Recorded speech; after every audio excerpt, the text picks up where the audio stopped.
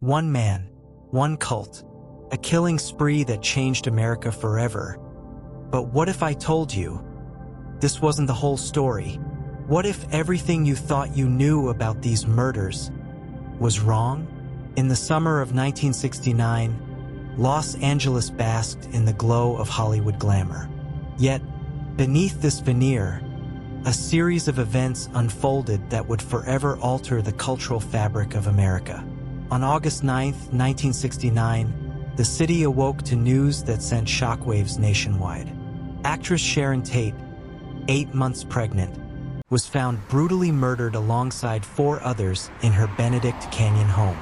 The victims included celebrity hairstylist Jay Sebring, writer Wojciech Frykowski, coffee heiress Abigail Folger, and Stephen Parent, a friend of the property's caretaker. The following night, supermarket executive Leno LaBianca and his wife, Rosemary, were discovered slain in their Los Feliz residence. The brutality of these murders, coupled with cryptic messages scrawled in blood at both scenes, left the public and authorities grappling for answers. At the center of this maelstrom was Charles Manson, a man whose influence over his followers led them to commit these heinous acts. Manson, an ex-convict and aspiring musician, had established a commune known as the Manson family. Comprised of young men and women, the group was drawn to Manson's charismatic persona and his apocalyptic visions. Manson preached an impending race war, which he dubbed Helter Skelter, borrowing the term from a Beatles song.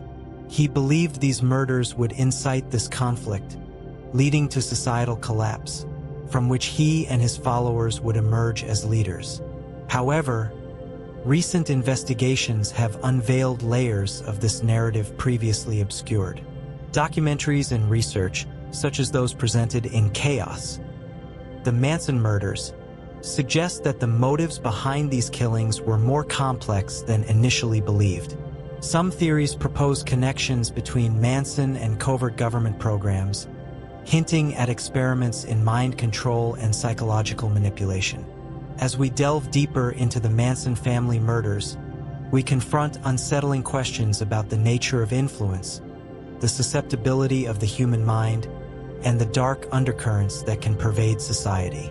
This journey challenges our understanding of these events, urging us to reconsider what we accept as truth. Prepare to uncover the hidden facets of a story you thought you knew, as we explore the intricate web surrounding the Manson family and the 1969 killing spree that shook America to its core. In the late 1960s, Los Angeles epitomized the allure of Hollywood, a city where dreams materialized amidst the shimmer of fame and fortune. Yet, beneath this glamorous facade, a darker narrative unfolded, culminating in events that would forever scar the American psyche.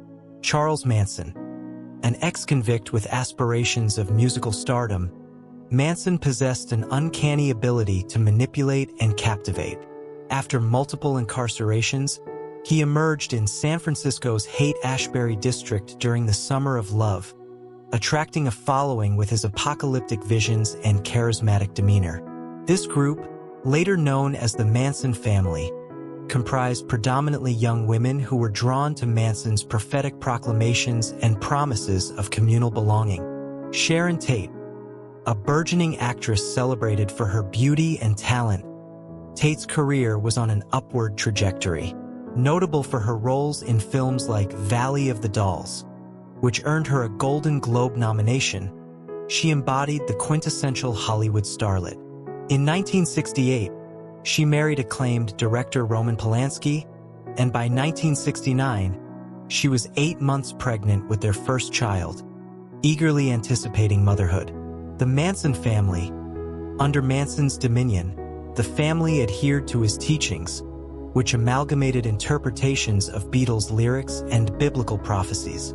Manson foretold an impending racial apocalypse he termed Helter Skelter, believing these murders would ignite this catastrophic event. His followers, indoctrinated and obedient, were prepared to execute his violent directives without question. The convergence of these lives on August 9, 1969, resulted in a tragedy that not only claimed innocent lives but also signified the demise of the 1960s idealism. The brutality of the murders served as a grim testament to the potential for darkness lurking beneath the surface of countercultural movements. This case transcended the realm of true crime. It became a cultural watershed, compelling society to confront the fragility of innocence amidst pervasive evil.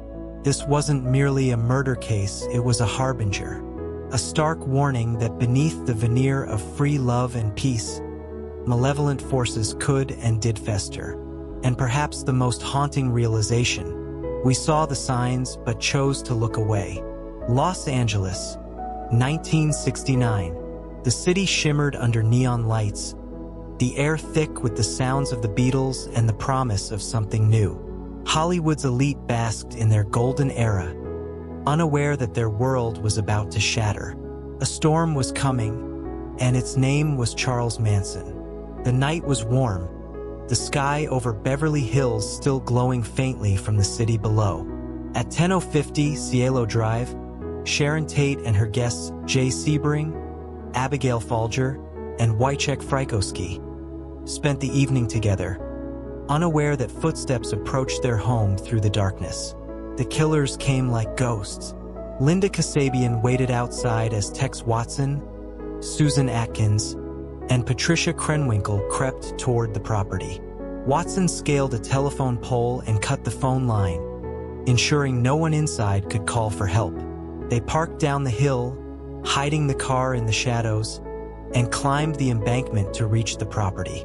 Then, headlights, a car approached from the driveway. Inside, 18-year-old Stephen Parent had just finished visiting the caretaker, William Garretson. As he parked his car toward the gate, Watson emerged from the dark, gun in hand. Parent raised his hands in defense. He begged, pleaded, but Watson showed no mercy. For gunshots rang out. Parent slumped over the wheel, dead. The house was next. They entered through an open window. Inside, Frykowski stirred from the couch, his eyes heavy with sleep. Before he could react, Watson loomed over him. "Who are you?" Frykowski asked, confused. Watson's voice was ice. "I'm the devil, and I'm here to do the devil's business." Sebring, Folger, and Tate were forced into the living room. Watson ordered them to lie on the floor, then took a rope and looped it around Tate's neck, slinging it over the ceiling beam. Sebring protested, demanding they spare Tate because she was pregnant. Watson answered with a gunshot to Sebring's chest. He collapsed, coughing up blood. The killers moved quickly now. Frykowski fought. He clawed at Atkins, trying to escape, but she slashed wildly at him. He stumbled to the front door, running for his life. Watson followed. He struck Frykowski in the head with his gun, the force cracking the weapon's grip. Blood poured down the man's face as Watson stabbed him over and over, the blade sinking deep. 51 times. On the lawn, Folger broke free. She ran, her white nightgown stained red. She made it to the grass before Krenwinkel tackled her. The two struggled before Watson arrived. Together, they stabbed her 28 times. Inside, Tate pleaded. "Please let me have my baby," she whispered. "You can take me hostage." Atkins and Watson didn't stop. 16 stab wounds later, the unborn child inside her would never take its first breath. As the killers left, Atkins dipped her fingers in Tate's blood and scrawled one word on the door: pig. August 9, 1969, the LaBianca murders. One night wasn't enough. Manson wanted more. He claimed the first attack had been messy and reckless. He would show them how it should be done. This time, Manson joined them, their target, the home of Leno and Rosemary LaBianca in Los Feliz. Manson and Watson slipped inside first. They found the couple asleep. Manson assured them it was just a robbery, that they wouldn't be hurt. He tied Leno's hands with a leather cord and Rosemary's with a lamp wire. Then he left, instructing Watson, Krenwinkel, and Leslie Van Houten to finish the job. Watson plunged a bayonet into Leno's stomach. The blade sank deep. Leno gasped, writhing as the attack continued. When it was over, his body bore 14 stab wounds.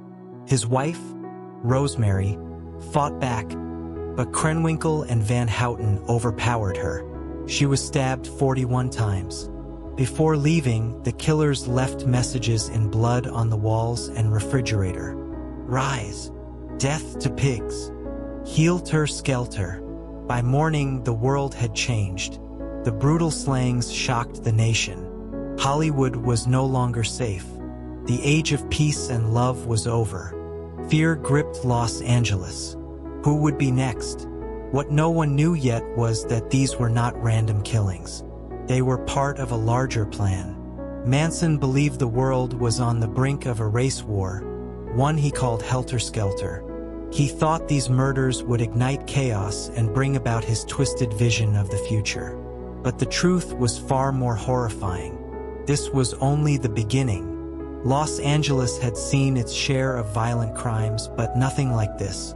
The brutality of the Tate and LaBianca murders sent shockwaves through the city. Hollywood's elite panicked, locking their doors and hiring private security.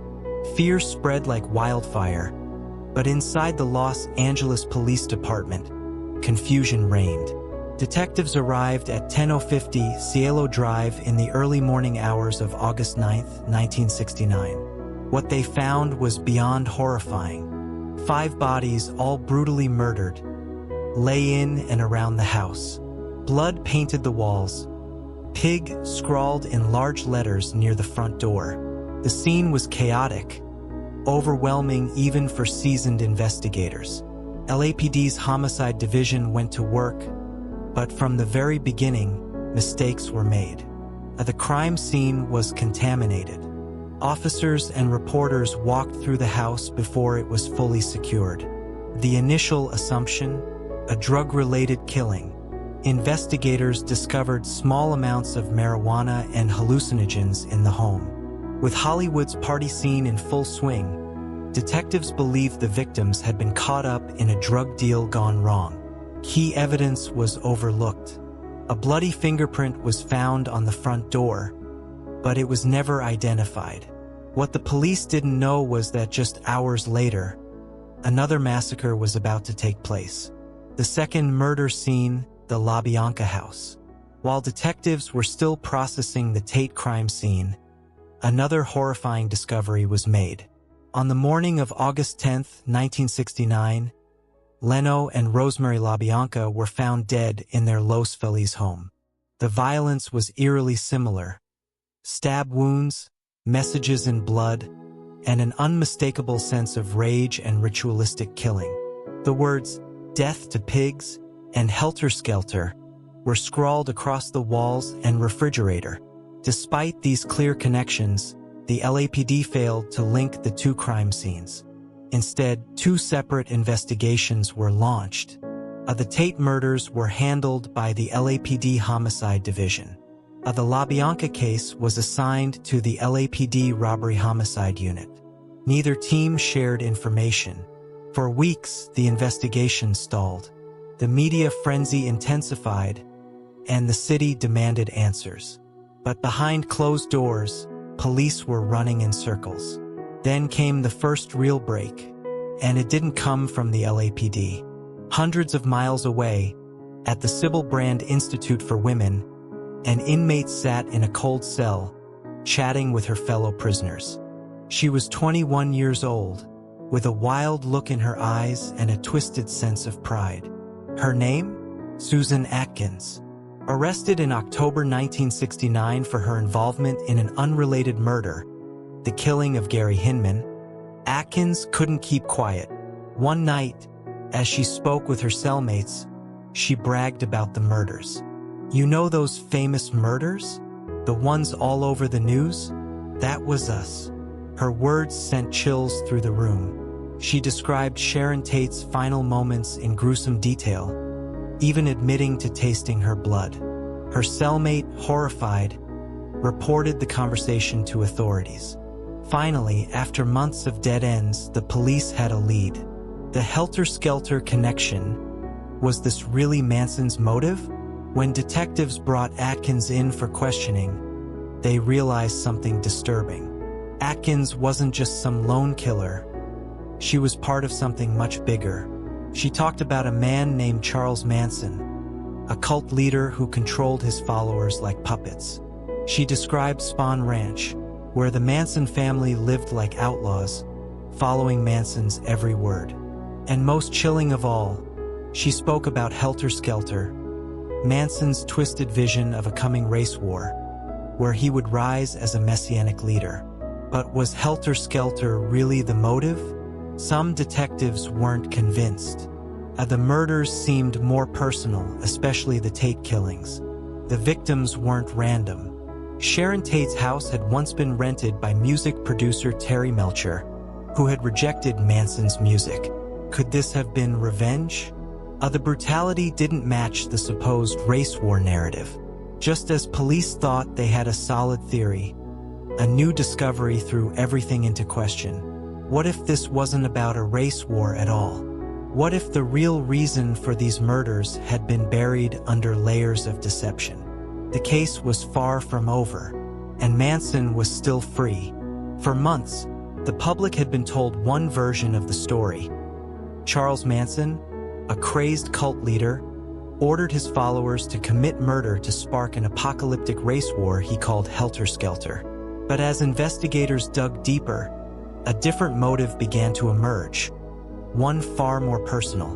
Before the murders, before the fear, before the nation knew his name, Charles Manson was just another wannabe musician in Los Angeles. And for a brief moment, he almost made it. In the summer of 1968, Charles Manson wasn't living in some dusty desert hideout. He was living in luxury, inside the Los Angeles mansion of Dennis Wilson, drummer for the Beach Boys. How did he get there? Wilson had picked up two hitchhikers, Patricia Krenwinkel and Ella Jo Bailey, both members of Manson's cult. One night, he came home to find Manson and several family members living in his house. Instead of kicking them out, Wilson let them stay. For months, Manson sang his songs, played guitar, and dreamed of stardom. Wilson, impressed by Manson's songwriting, introduced him to Terry Melcher, a well-known music producer who had worked with some of the biggest names in the industry. Manson believed this was his moment. He recorded tracks. He played for industry insiders. He waited for his big break. But then Melcher rejected him. Manson was furious. He felt betrayed, humiliated. And when Melcher stopped returning his calls, Manson was convinced the Hollywood elite had turned their backs on him. Terry Melcher and his girlfriend, actress Candice Bergen, had been renting a house in the Hollywood Hills, 10050 Cielo Drive. By the time the murders happened, Melcher had moved out. Sharon Tate and Roman Polanski had moved in. Was the Tate house chosen at random, or was it revenge? For years, people believed that the murders were random, that Manson sent his followers to kill without knowing who lived in the house. But evidence suggests otherwise. Manson had been to 10050 Cielo Drive before. He had stood on that property, looking for Melcher. He knew the layout of the house. He had been inside. He was enraged that Hollywood had shunned him. What if the Tate murders weren't about Helter-Skelter at all? What if this was personal? What if Charles Manson was exacting revenge on the rich and famous? The people who had rejected him, humiliated him, and left him to rot in obscurity. The chilling what if Sharon Tate was never meant to be the target. If Terry Melcher had still been living in that house, would he have been the one killed instead? The idea is terrifying. It means that Hollywood wasn't just dealing with a cult leader, they were dealing with a failed musician with a vendetta. And as the trial began, one final question remained unanswered. Did Charles Manson kill for a prophecy? Or did he kill because Hollywood rejected him? How did Charles Manson convince ordinary young people to commit brutal murders? They weren't hardened criminals. They weren't psychopaths. They were runaways, hippies, and lost souls looking for meaning. And Manson gave them exactly what they craved: a father figure, a purpose, and a new reality. But behind his promises of love and freedom was something far darker. A system of control so powerful that it could turn peace-loving flower children into cold-blooded killers. In every cult, the first step is always the same: cut them off from the outside world. Manson's method? The Spawn Ranch, a desolate, abandoned movie set in the California desert. No TV, no phones, no newspapers, only Manson's voice. He told them society was a lie, their families poisoned by the system. At first, it felt like paradise. Free love, no rules, no expectations. But the deeper they fell in, the harder it became to leave. Manson didn't just control his followers, he rewired their minds. For months, he dosed them with LSD, sometimes 10 times stronger than a normal hit. He would speak in riddles, twisting reality, making them question what was real and what wasn't. While they tripped, he played his guitar, repeating the same phrases over and over. I am you, you are me, we are all one. And when he spoke, they listened.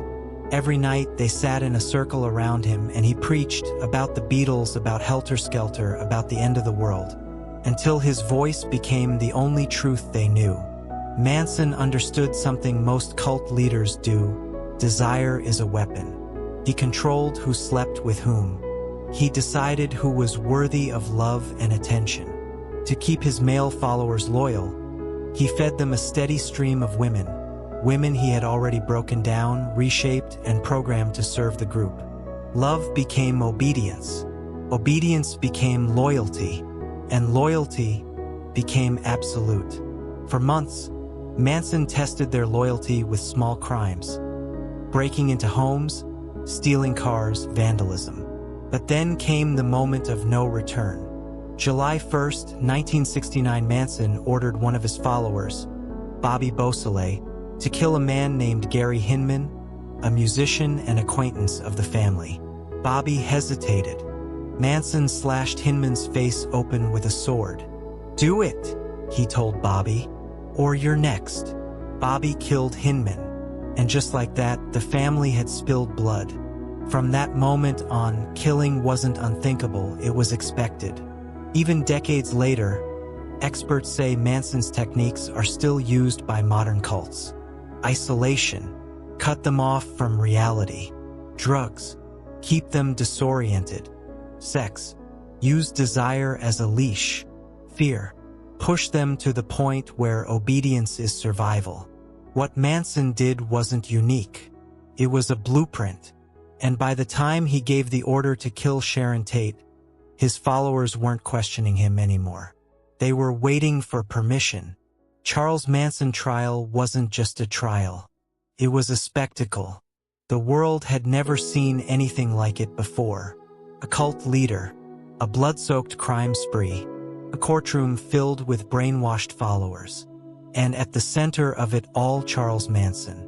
From the moment Manson entered the courtroom, it was clear this was no ordinary trial. He wasn't just there to defend himself, he was there to perform. He grinned at reporters, flashed his infamous swastika-carved forehead, and turned his trial into a circus. And then, the Manson girls arrived. Lynette Squeaky Fromm, Patricia Krenwinkel, Susan Atkins, Leslie Van Houten. They sat outside the courthouse day after day, singing Manson's songs, carving excess into their foreheads to match his. "Charlie is love," they told reporters. "Charlie didn't kill anyone. We did." The bizarre moments that stunned America. Manson versus the judge. At one point, Manson stood up, lunged toward the judge, and tried to attack him right in the courtroom. The bailiffs tackled him. The judge? He started carrying a gun under his robe. The swastika carving. One morning, Manson arrived in court with a fresh swastika carved into his forehead. The next day, his followers did the same. Manson's hold on his followers, even from jail. While on trial, he still controlled them. He sent messages through hand signals, whispered commands in the courtroom, and somehow they always obeyed. On January 25, 1971, after 9 months of testimony, the jury reached a verdict. Guilty. Manson, Krenwinkel, Van Houten, and Atkins were all sentenced to death. But it wasn't over. Manson smiled. His followers kept coming. And soon, the world would realize Charles Manson didn't need to be free to be dangerous. The Manson family murders shocked the world. But what if we only knew part of the story? What if Sharon Tate, Jay Sebring, the LaBiancas, and the others weren't the only victims? What if there were more? Unanswered questions, unsolved murders. For decades, law enforcement, investigators, and even former Manson family members have whispered the same chilling theory. The Manson family didn't stop at these murders. They just got caught before they could finish their work. In the years leading up to August 1969, California had been experiencing a wave of brutal, unexplained killings. Young women, hitchhikers, drifters, bodies turning up in shallow graves, in the desert, in abandoned buildings. And the deeper investigators looked, the more one terrifying pattern emerged. The locations, the methods, the messages, they all bore the same eerie resemblance to the Manson killings. Possible Manson family victims. 1. The case of Marina Have, December 1968. Just 8 months before the Tate murders, a 17-year-old girl named Marina Have disappeared in Los Angeles. Her body was found dumped in a ravine, stabbed multiple times. Police believed she had been abducted by multiple people, just like the Manson family's later victims. 2. The case of Reet Jurvetson, November 1969. A young woman, later identified as Reet Jurvetson, was found stabbed 150 times on Mulholland Drive. She had no known enemies. The ferocity of the attack matched Manson's signature. Rage, overkill, a message in blood. 3. The one that got away, Barbara Hoyt's story. Barbara Hoyt was a Manson family member who escaped before the murders. Years later, she told authorities she had heard whispers at Spawn Ranch about others who had been killed. But she was too terrified to say more. Former Manson family member Susan Atkins once made a chilling confession. There were others, but you'll never find them. What did she mean? Who were they? How many more lives did the family take before August 1969? And if Manson had never been caught, how many more would have died? The real nightmare isn't what we know about the Manson murders. It's what we may never know. The Tate-LaBianca murders weren't just a crime. They were a turning point. Hollywood changed. Law enforcement changed. America changed. The Hollywood security boom. Before August 1969, celebrities lived freely. They threw lavish parties. They left their doors unlocked. They believed fame and fortune made them untouchable. Manson shattered that illusion. After the murders, Hollywood went into lockdown. Gated communities became the new standard. The celebrities rushed to buy security alarms, guard dogs, and even guns. For the first time, the rich and famous feared their own fans. Even Frank Sinatra, Steve McQueen, and Elvis Presley started carrying weapons. Because if Sharon Tate, beautiful, famous, adored, could be slaughtered in her own home, then no one was safe. Manson wasn't just a murderer. He was a blueprint. His ability to manipulate, to control, to kill without ever pulling the trigger, it inspired a new wave of criminals. The Zodiac Killer taunted the police with cryptic messages, much like Manson's helter-skelter prophecy. Richard Ramirez, the Night Stalker, scrawled satanic messages on walls, mirroring the blood-soaked writings at the Tate and LaBianca homes. David Koresh, Jim Jones, Marshall Applewhite, all cult leaders who, like Manson, used mind control to lead their followers to destruction. And it didn't stop there. Manson didn't just terrorize the world. He fascinated it. Even from prison, he became a symbol of rebellion, madness, and pure evil. His face appeared on t-shirts, posters, album covers. His name was referenced in movies, music, TV shows, even Quentin Tarantino's 2019 film Once Upon a Time in Hollywood revisited the crime that changed Hollywood forever. Because the truth is, Manson never really left. He lived on in every cult leader who came after him, in every killer who followed his blueprint, in every nightmare that still haunts Los Angeles. And even now, decades later, his story isn't over. Charles Manson is gone, but his shadow still lingers. The murders at Cielo Drive and Waverly Place weren't just senseless acts of violence. They were a message, a warning that blind devotion, unchecked power, and the ability to manipulate minds can be deadlier than any weapon. And history has shown us one terrifying truth can happen again, because Manson didn't kill alone. He convinced others to do it for him. And that's the kind of monster that never really dies. So the question remains, could another Manson rise again? Could another twisted leader find lost souls, feed them lies, and send them out to kill? If we weren't ready for Manson in 1969, are we ready now? What do you think? Or was justice truly served? Were there more victims? Or are there still secrets waiting to be uncovered? Let us know in the comments. And if you thought this case was disturbing, you won't believe what we're covering next. A crime even more shocking, brutal, and unexplained. Subscribe, turn on notifications, because you won't want to miss this one.